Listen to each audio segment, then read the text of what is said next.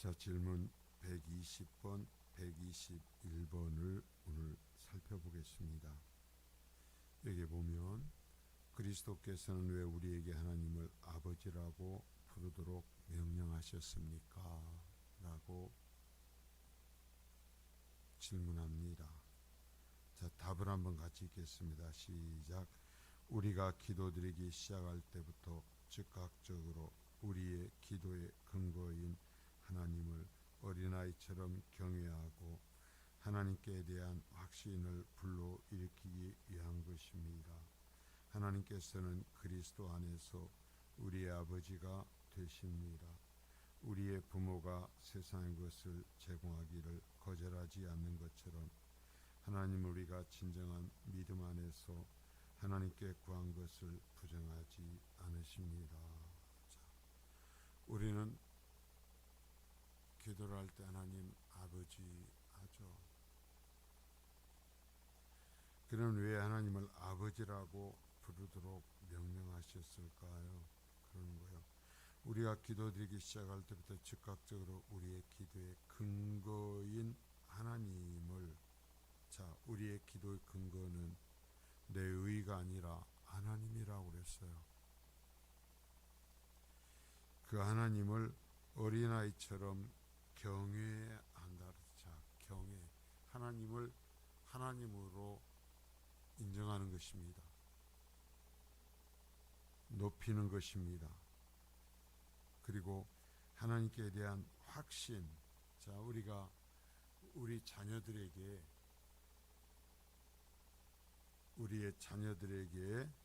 자, 어떠한 내가 힘이 들어도 내 어떤 것을 내어주지 않습니까? 그러하듯이 하나님께 대한 확신, 하나님께서 분명히 나의 기도에 응답하실 것이라는 확신을 불러일으키기 위한 것이다. 그러니까 하나님이셔요. 근데 어떤 분이신가? 우리 아버지 같은 하나님이시다라는 거예요. 그냥 아저씨나 우리가 잘 알지 못하는 어떤 존재가 아니라 아버지 같은 하나님이시다라는 거예요. 자, 그래서 하나님께서는 그리스도 안에서 우리의 아버지가 되신다. 그리스도 안에서 우리의 아버지가 되신다. 우리의 부모가 세상의 것을 제공하기를 거절하지 않는 것처럼 하나님 우리가 진정한 믿음 안에서 하나님께 구한 것을 부정하지 않으신다. 예수님이 그렇죠. 너희가 악한 자라도 자녀에게 좋은 것을 줄 줄 알거든 하물며 하늘에 계신 너희 아버지일까 보냐. 너희도 너희 자녀들에게 좋은 것을 주는데 하늘에 계신 너희 아버지께서 너희에게 좋은 것을 주시지 않겠느냐라고 말씀하시죠. 자, 그 의미예요. 그러니까 하늘에 계신 우리 아버지니까 우리에게 좋은 것으로 주실 것이라는 것을 확신하라는 거예요. 그냥 나야라고 떠버리고만 가는 것이 아니라 하나님을 두려워하는 가운데, 사랑하는 가운데 하나님께 기도하는 것이고, 또한 우리가 하나님 앞에 바르게 기도한 것을 반드시 응답해 주실 것이라는 것을 믿으라. 반드시 주실 것이다라는 것입니다. 자, 그리고 121번이요. 121번. 하늘에 계신이라는 문구는 왜 추가되었습니까? 아버지인데 왜 하늘에 계신 아버지인가? 어디 하늘에 어디쯤에 천국이 있는가? 자, 답을 우리가 같이 읽습니다. 시작. 하나님께 대해 하늘의 위엄의 개념을 땅의 것으로 형성하지 않게 하기 위한 것이며, 그래서 우리는 하나님의 전능하신 능력으로부터 우리의 영혼과 몸에 필요한 모든 것을 위해 기대합니다. 자, 하늘에 계신 아버지라는 것은 하나님을 이 땅의 어떤 존재처럼 생각하지 않도록 하기 위한 거다라는 거예요. 창조주 하나님이시고 이 세상의 모든 것을 통치하시는 그분이에요. 자, 이것은 무슨 어떤 거가 다르냐면 이 세상에 있는 다른 신들은, 다른 우상들은 뭐냐면 이 세상에서 함께 사람들 속에서 있는 존재.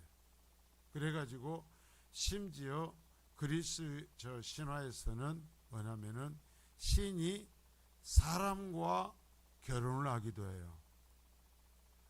그래서 사람과 그 신 사이에서 자식을 낳기도 해요. 그러한 신이 아니라는 거예요. 하나님을 그렇게 생각하지 말라는 거예요. 일상의 어떤 것들.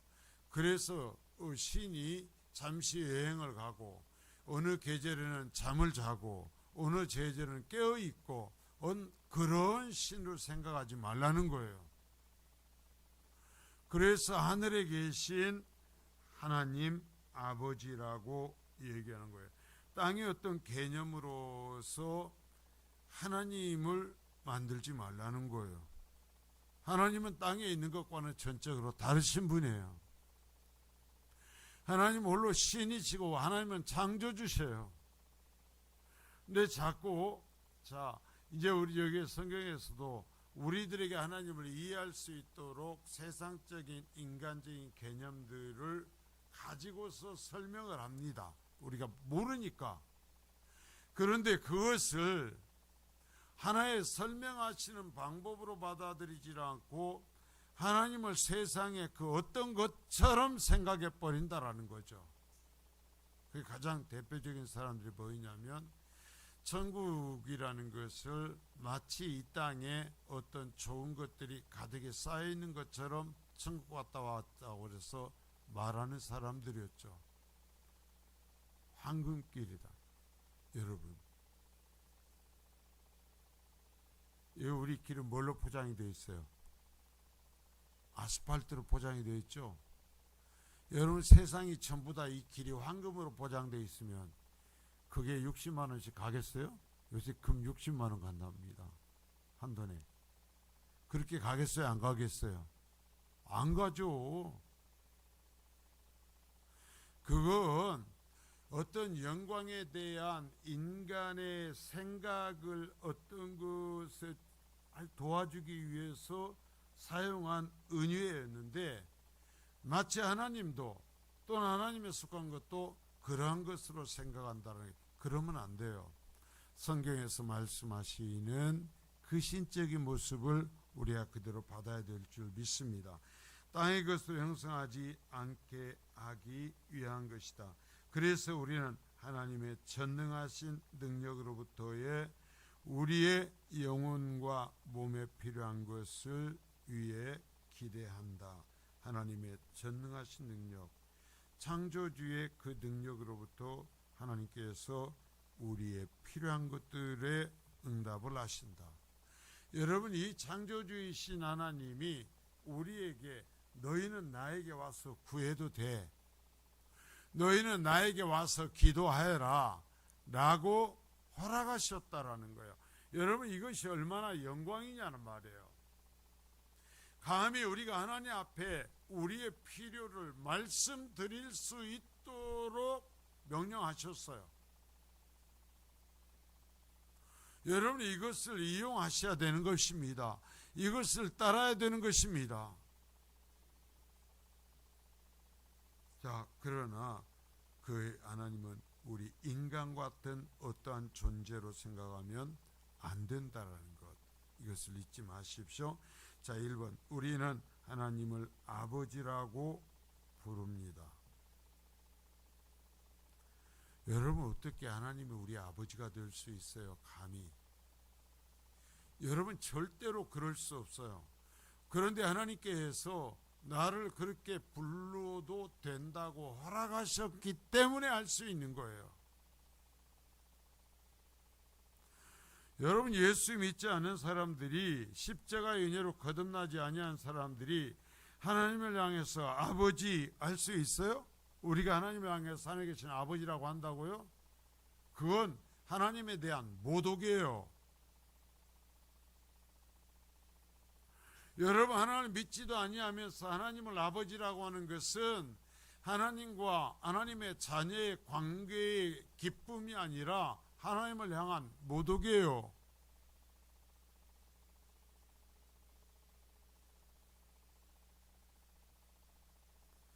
우리는 하나님을 아버지라고 부른다. 왜냐하면 이 이름은 하나님의 무한한 사랑을 표현하는 것이기 때문이다. 이 예수 그리스도의 피로써 구원받은 그 은혜 안에 들어온 사람들을 하나님은 우리를 무한히 사랑하신다라는 그 하나님의 마음을 하나님께서 우리가 아빠 아버지라고 부르도록 허락하신 것에 다 드러난다라는 거예요. 거기에 의미가 담겨 있다라는 거예요. 어떻게 우리가 하나님을 아버지라고 그래요? 진정으로 중생한 영혼은 하나님의 자녀가 된다. 하나님께서 자녀 삼아 주셨다고 그랬죠. 자녀 삼았다고 그랬어요. 여러분, 내가 당연히 자녀 되는 권리를 갖는 게 아니에요. 하나님이 자녀 삼아 주신 거예요. 전적인 그래서 은혜예요. 그래서 자녀 삼아 주셨기에 우리는 하나님을 모독할 수 없어요. 하나님의 이름이 더럽힘 당하게 할 수 없어요. 우리는 우리의 모든 힘을 다해서 우리의 아버지 되신 아버지로서 나를 아버지라고 불러도 된다고 하신 하나님께 영광을 돌려야 되는 거예요. 마치 그냥 하나님을 어떤 사람 이름 취급하듯이 하려고 그래요. 아니요, 절대로 안 돼요. 그래서 자녀로서 아버지라고 부른 것이다. 하나님께 전적으로 용서하셨고 자녀 삼아주시고 그러면서 이제는 나를 아버지라고 불러라 라고 해주신 사람들만 아버지라고 부르는 거예요. 하나님에게 아버지와 자녀의 관계가 형성이 되는 거예요.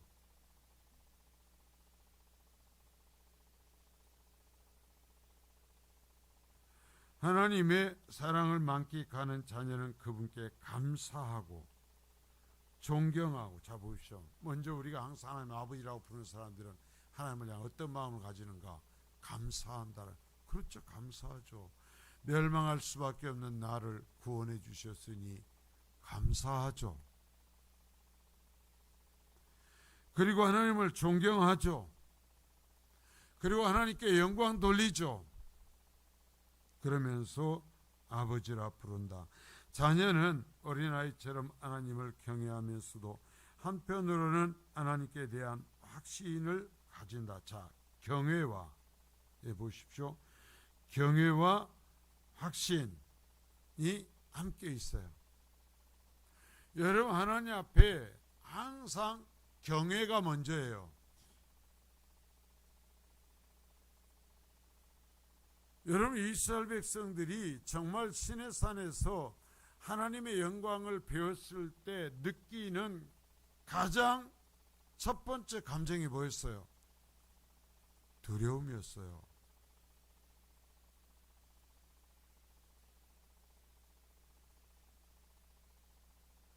선지자들이 하나님을 처음 배울 때 가장 먼저 느끼는 게 두려움이었어요.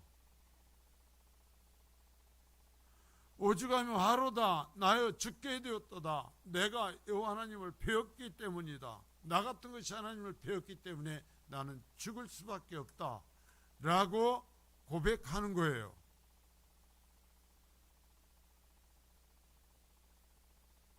여러분, 그래서 하나님을 예배할 때에도 그 예배에 가장 담겨 있는 게 뭐냐면 사랑하고 존경하고 그러한 것도 있지만 두려움이 있는 거예요.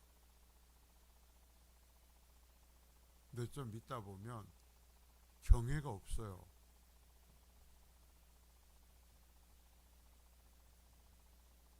자, 경외하면서도 한편으로는 하나님께 대한 확신. 자, 왜 확신? 아버지와 자녀의 관계로 하나님이 세워주셨기 때문에 하나님께서 나를 보호하시고 내 기도를 들어주실 것이라는 확신을 가진다. 하나님을 아바 아버지라고 부르는 것은 하나님의 사랑에 대해 감사함으로 부르는 것이며, 믿음으로 그리스도 안에 들어가 성령 즉 양자의 영을 받음으로 아바 아버지라고 부르게 되어 있다. 자, 아바 아버지, 우리말하고 똑같아요. 아빠, 아빠 하는 거예요. 어린아이가 아빠, 아빠 하는 그 말 표현 그대로예요.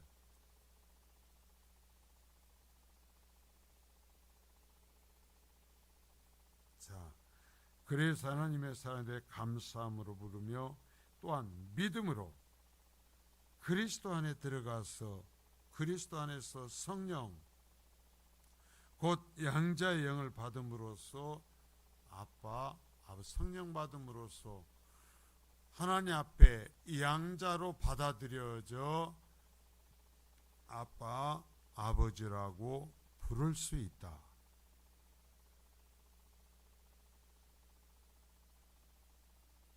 어린아이들이 아버지의 사랑에 대해 확신하듯이, 자, 확신이요, 계속 아버지와 자녀의 관계의 확신하듯이 하나님의 자녀는 하나님의 사랑에 대해 확신한다.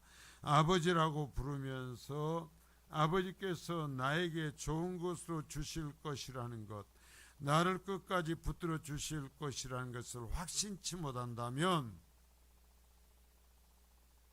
그 사람은 아빠 아버지라고 부를 자격이 없어요. 아니, 이미 아빠 아버지라고 부를 관계가 형성되어 있지 않을 수도 있다라는 얘기죠.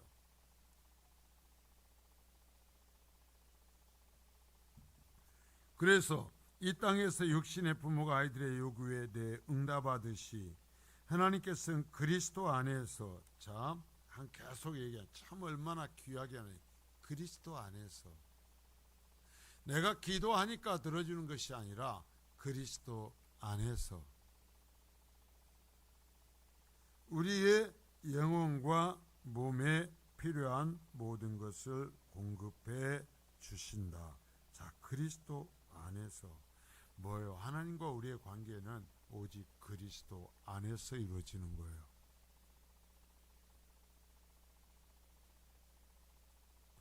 그래서 예수 그리스도의 십자가 안에 그 피로서 씻겨지는 은혜를 누리지도 않았으면서 하나님을 아버지라고요? 그건 하나님을 모독하는 거예요. 하나님은 그런 사람에게는 너는 나를 아버지라 부르라 허락하신 적이 없거든요.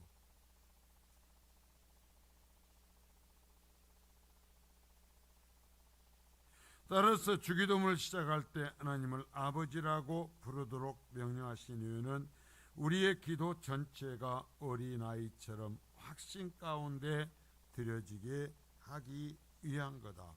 자, 자녀로서 아버지에게 하는 기도라는 것을 내가 확신을 갖고 기도하게 해주는 말이다. 이거예요. 아버지라고 부르는 것은 여러분 기도할 때 그리스도 안에서 이런 확신을 갖고 기도하실 수 있기를 바랍니다. 내가 그리스도의 피로 거듭났으면 여러분 하나님을 내가 아빠 아버지라고 부르고, 그래서 아빠 아버지 앞에 내가 기도할 때 하나님께서는 내 기도보다 더 좋은 것으로 응답해 주실 줄 믿습니다. 그래요. 레미스 2번, 여기서 하늘이라는 것은 하나님의 영광의 처소다. 물론 하나님께서는 모든 곳에 계셔요. 아니 계신 곳이 없죠. 세상 전부 모든 것에 계시지만 예수님이 이렇게 말씀하신 것은 우리로 하여금 계속해서 하나님의 위엄에 대해 생각하기 위해서다. 마치 어떤 처소가 이 땅과 대조적인 어떤 하늘에 있는 처소가 있는 것처럼 말씀하심으로 인해서 우리가 하나님이 그 영광스러운 존재라는 것을 인식할 수 있도록 예수님께서는 하늘에 계신 아버지라는 표현을 우리에게 사용하셨다라는 얘기예요. 그래서 우리로 하여금 계속해서 하나님의 위엄에 대해 생각하기 위해서다. 앞에서 얘기했었죠. 절대로 하나님은 이 땅이 어떤 것처럼 생각해서는 안 된다라는 거예요. 그래서 하나님은 우상과 달라요. 우리는 하나님에 대한 개념들을 땅의 것으로 형상화할 수 없다. 하나님의 어떤 것이라도, 성경에서 말씀하신 하나님에 대한 어떤 것일지라도 땅에 있는 어떤 것으로 형상화시키지 말라. 그것으로서 하나님을 나타낼 수 있는 것처럼 생각하지 말라. 비교할 수 있는 것처럼 생각하지 말라. 참 답답한 게 이슬람 교도들은요, 이슬람 사원 안에 절대 어떤 형상을 만들질 않아요. 왜 그런 줄 아세요? 어떤 형상도 만들지 말라고 마음에 명령을 했어요. 그게요, 여호와 신앙을 본따서 한 거거든요. 그래서 그 사람들은 자기네가 쓰면 뭐냐면은 자기네 경전을 글씨 어떤 모양으로서 장식을 하죠. 경전을 쓰는 거예요. 우리 같으면 성경 구절을 써놓죠. 그리고 더 나아가서 뭐요? 스테인드 글라스로서, 유리로서 아름다움을 표시하고 색채, 여러 가지 색의 어떤 것으로서 장식하는 것으로 끝내요. 그런데 하나님을 믿는다라는 교회는 자꾸 뭘 만들려고 그러는 거예요. 천주교가 지금도 그렇지만 교회한테 자꾸 형상을 만듭니다. 그리고 천주교 신자들은 집에다가 단을 만들어 놔요. 꼭 뭐하고 똑같냐면, 저 불교 신자들이, 동남아시아 불교 신자들은 전부 다 자기네 집에 단을 만들어 놔요. 그리고 그곳에서 자기네 어떤 부처와 자기네 조상신, 토착신이 짬뽕이 돼가지고 그것으로서 그 단을 만들어 놓고 신의 형상처럼 만들어 놓고 섬기거든요. 그런데 천주교가 꼭 그 짓을 해요. 집에다가 단을 만들어 놔요. 교회도 자꾸 하면서 단을 만들려고 그래요. 해고 다른 건 차마 못 갖다 놓으니까 단을 만들어 놓고 뭘 해놔요? 성경책을 얹어놔. 그게 무슨 의미예요?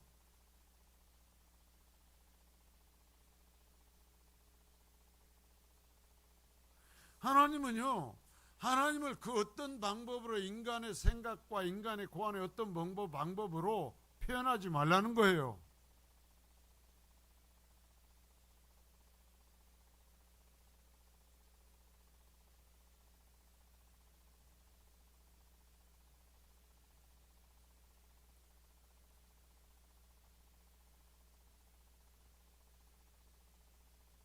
자, 그래서 우리는 하나님에 대한 개념들을 땅의 것으로 형성할 수 없다. 하나님에 대해 묘사할 때 땅의 개념들을 사용할 수 없다. 그냥 하나님이 말씀하신 그대로 하나님을 믿고 받아들이면 되는 거예요. 정말 하나님에 관한 부분은 더욱 그렇습니다. 우리가 어린아이 같이 기도한다 하더라도 유치하게 기도해서는 안 된다. 자, 이게 잘해야 돼요. 어린아이처럼 기도한다고 그래가지고 버릇없이, 죄송해요, 이런 표현을 해서 정말 사람한테도 해서는 안 되는 어떠한 표현들을 사용하고 유치스러운 어떤 표현들을 사용해서는 안 된다. 경외감을 잃어버린 거예요. 경외.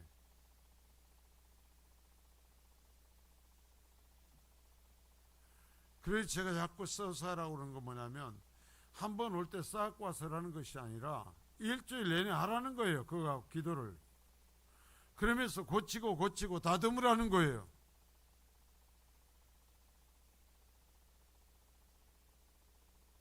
어린아이가 아버지에 대해 가져야 하는 것은 존경이다. 자, 존경, 경애, 존경 똑같아요. 따라서 하나님께 함부로 할 수 없으며 반드시 경외함이 있어야 한다.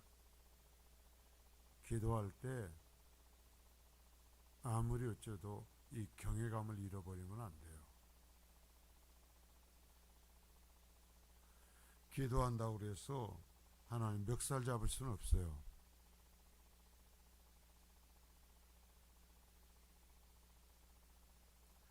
하나님께서 주님이시라는 것을 잊지 말라. 자, 주님이시라는 것. 나를 창조하셨고 나를 죄 가운데서 구원하신, 그래서 나의 모든 것에 대한 권리를 가지신 주님이라는 것을 잊지 말라.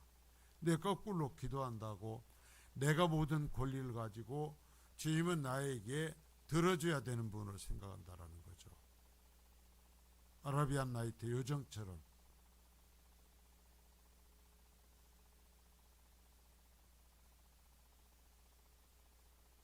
여러분, 아버지한테는 써야 되는 용어가 있고요. 예의가 필요해요. 아무리 자식이어도. 여러분 자식이요, 나중에 컸다고 아버지한테 반말짓거리 찍찍 하면 돼요, 안 돼요? 안 되죠. 아버지한테 이래라 저래라 할 수 있어요, 없어요? 못하죠. 마찬가지예요. 하나님께 기도할 때에도 주님이시라는 것을 잊지 말라. 하나님께서는 아브라함에게 벗이라고 하였지만, 자, 내 친구라고 그래요. 그러나 아브라함은 하나님 앞에 하나님께서 아브라함이 내 친구 아브라함이라고 하니까 아브라함이 하나님 앞에 오, 나의 친구요, 그러냐 이거요. 아니요, 절대로 못해요. 나는 티끌이나 재와가 싸우니 감히 죽게 아뢰나이다. 하나님께서 우리들 향하여서 어떤 친분의 표현을 했다고 그래서 그걸 근거로 해서 하나님과 나와의 관계를 무너뜨리는 표현이나 방식은 안 된다라는 거예요.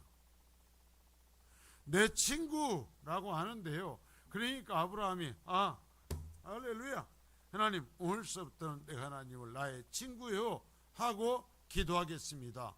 절대로 못한다라는 거죠. 하나님께서 사랑의 마음을, 그 가까이 하는 그 마음을 인간이 들을 수 있고 이해할 수 있는 방법으로, 은유로 표현해서 친구라고 한 것이지, 내가 너를 친구처럼 대한다는 것이지, 그런다고 해서 아브라함이 하나님을 그 다음부터 친구로 대하지 못한다라는 거예요. 하나님께서 나에게 은혜를 베푸셨다고 그래가지고 여러분, 내가 하나님을 동네 옆집 누구처럼 대할 수 없다라는 거예요. 그래도 하나님은 하나님이에요. 여러분, 우리가 완전히 영화로운 존재가 되어서 하나님 앞에 서도 하나님은 하나님이고 우리는 우리예요. 그때도 이것이 뒤죽박죽되지 않아요.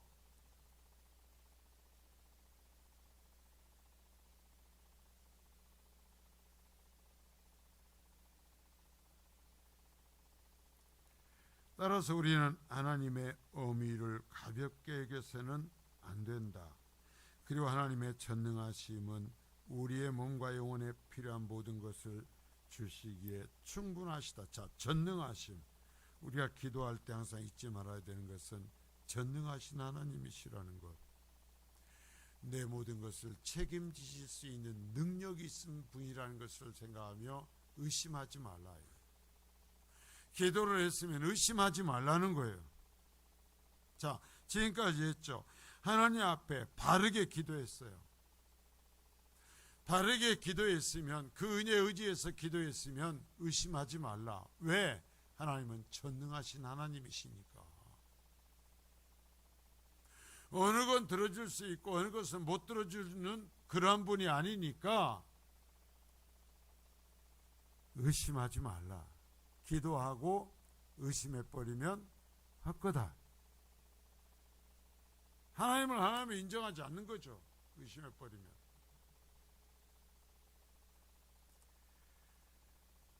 하나님을 절대적으로 신뢰해야 한다. 그렇죠?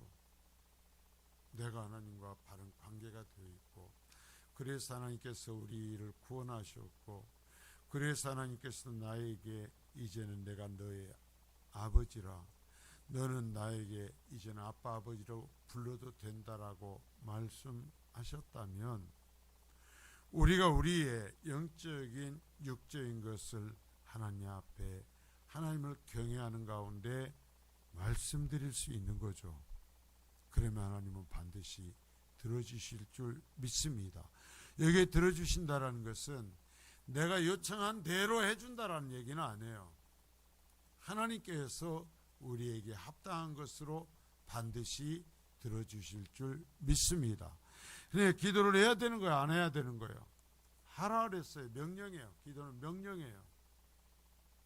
근데 기도를 하라고 했다고 그래가지고 하나님 우리 아버지니까 뭘 고집받아내듯이 해서는 안 된다라는 거예요. 아무리 어째도 하나님은 하나님이시고 우리는 하나님의 은혜를 입은 자라는 것, 피조물이라는 것을 잊지 마라. 사랑하실수록, 하나님이 우리를 사랑하실수록 우리는 더 겸손해져야 된다. 우리는 더 그 앞에 무릎을 꿇어야 된다. 하나님께서 나의 기도를 들으실수록 우리는 더 주님 앞에서 겸손해져야 돼. 하나님께서 내 기도를 들었어요 하면서요 아주 교만방자하기 짝이 없게 되는 사람들, 이건요 이 기본적인 것을 모르는 거예요. 여러분, 내가 하나님 앞에 섰고 내가 하나님의 말씀을 듣고 내가 하나님 앞에서 기도했을 때 하나님이 내 기도를 들으시면 들으실수록 나는 더 낮아지고 하나님께 영광을 돌리는 거예요. 그래서 그 사람이 기도 응답을 받았다고 하는 것이 진짜인가 아닌가는 뭐냐면 정말 이 사람이 하나님의 영광을 체험했느냐 안 했느냐로서 알 수 있거든요. 그러면 정말 하나님의 영광을 체험하면 어떻게 해요? 그래서 하나님의 기도를 진짜로 체험하면 어떻게 해요? 낮아져요. 더 겸손해져요. 그런데 정말 하나님의 영광을 체험치 않은 사람들은 자기 처음에는 어떤 것에 빠져가지고 내가 이래갖고 이랬고 이랬다고 하면서 엉망이 되어버리죠. 여러분, 그것으로서 우리는 이 사람이 응답을 받은 것인지 아닌지를 알 수 있어요. 자, 여러분, 이 말씀은 하늘에 계신 우리 아버지라고 하시는 이 말씀의 의미를 바로 이해하고 이제는 간구로 우리가 들어갑니다.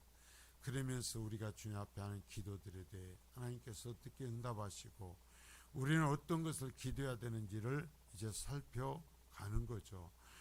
내가 다 알아요. 우리가 들었어요. 그래도 이건 워낙 중요한 것이기에 우리가 또 반복해서 배우는 것입니다. 거룩하신 주여 감사합니다. 이 고난의